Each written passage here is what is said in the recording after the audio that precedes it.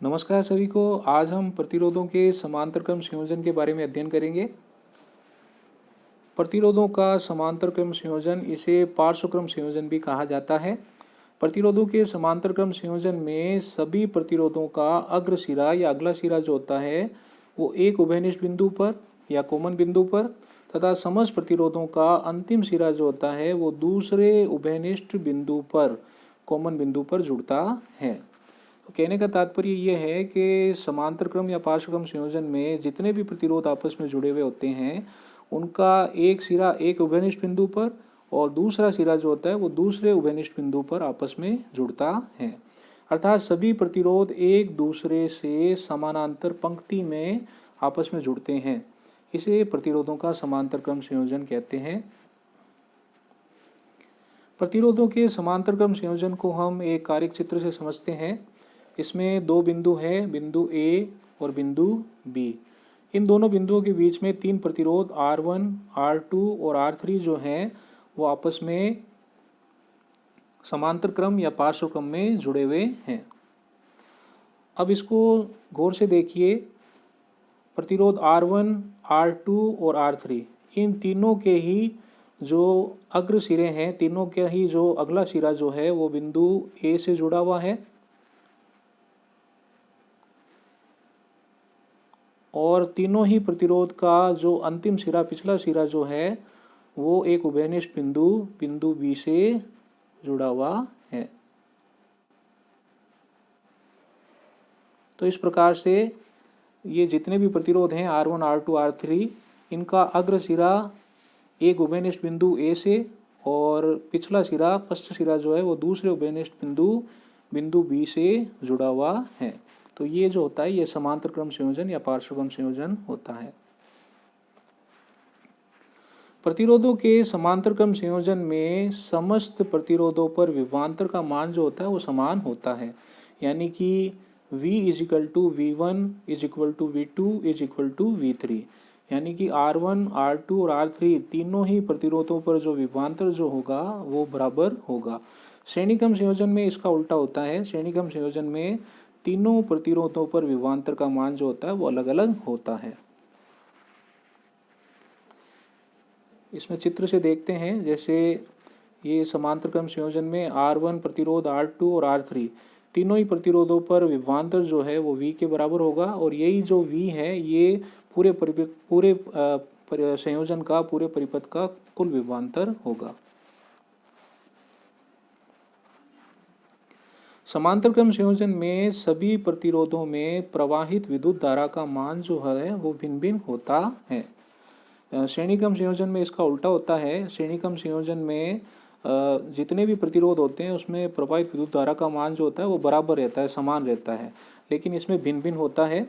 इसमें समांतर क्रम संयोजन में R1 में प्रवाहित विद्युत धारा I1 है, R2 में प्रवाहित विद्युत धारा I2 है और R3 जो है इसमें प्रवाहित विद्युत धारा I3 है और परिपथ की कुल विद्युत धारा I जो है वो I1 + I2 + I3 के योग के बराबर होगी। ये चित्र से समझते हैं। ये परिपथ की कुल विद्युत धारा I है। ये बिंदु ए पर तीन भागों में बढ़ जाती है, I1, I2 और I3। I1 विद्युत धारा R1 में प्रवाहित होती है, I2 विद्युत धारा R2 में प्रवाहित होती है और I3 विद्युत धारा जो है वो R3 में प्रवाहित होती है। अब इसके बाद में ये I1, I2 और I3 जो है वो बिंदु बी पर वापस आपस में जुड़ जाती है और पुनः कुल विद्युत धारा का निर्माण करती है। तो ये समांतर क्रम संयोजन होता है। तुल्य प्रतिरोध मतलब कुल प्रतिरोध, संयोजन का कुल प्रतिरोध। प्रतिरोधों के समांतर क्रम संयोजन में तुल्य प्रतिरोध के व्युत्क्रम का मान सभी प्रतिरोधों के व्युत्क्रम मान के योग के बराबर होता है। यानी कि R तुल्य जो है इसका व्युत्क्रम जो होता है 1/R तुल्य, इसका मान जो है वो सभी प्रतिरोधों के व्युत्क्रम के योग के बराबर होता है। यानी कि 1/R तुल्य = 1/R1 + 1/R2 + 1/R3। तो ये जो होता है ये समांतर क्रम संयोजन में तुल्य प्रतिरोध के योग का सूत्र होता है, जिसे हम एक आंकिक प्रश्न की सहायता से समझते हैं। ये आंकिक प्रश्न है। इसमें हमें समांतर क्रम संयोजन में 3 प्रतिरोध जोड़े गए हैं। पहला प्रतिरोध R1 जो है उसका मान है 2 ओम, दूसरा प्रतिरोध R2 है उसका मान भी है 2 ओम, और तीसरा प्रतिरोध R3 जो है उसका मान भी है 4 ओम। तो R1, R2, R3 जो है वो 3 प्रतिरोध हैं, और ये तीनों प्रतिरोध पार्श्व क्रम में समांतर क्रम में जुड़े हुए हैं, और इसका हमें तुल्य प्रतिरोध R तुल्य जो है वो हमें ज्ञात करना है। तो समांतर क्रम संयोजन या पार्श्व क्रम संयोजन में जो तुल्य प्रतिरोध जो होता है उसके व्युत्क्रम का मान जो होता है वो सभी प्रतिरोधों के व्युत्क्रम मान के योग के बराबर होता है, यानी कि 1/R is equal to 1/R1 plus 1/R2 plus 1/R3। अब R1 का मान जो है वो है 2 ओम, तो ये हो जाएगा 1/2। R2 का मान जो है वो भी है 2 ओम, तो ये भी हो जाएगा 1/2, और R3 का मान है 4 ओम, तो ये हो जाएगा 1/4 ओम, यानी कि 1/R is equal to 1/2 plus 1/2 plus 1/4। अब इसका लघुत्तम लेते हैं, तो लघुत्तम लेकर जब हल करते हैं तो 1/R जो है उसका मान आता है 1/R जो है उसका मान आता है 5/4। तो 1/R इज इक्वल टू क्या आया 5/4।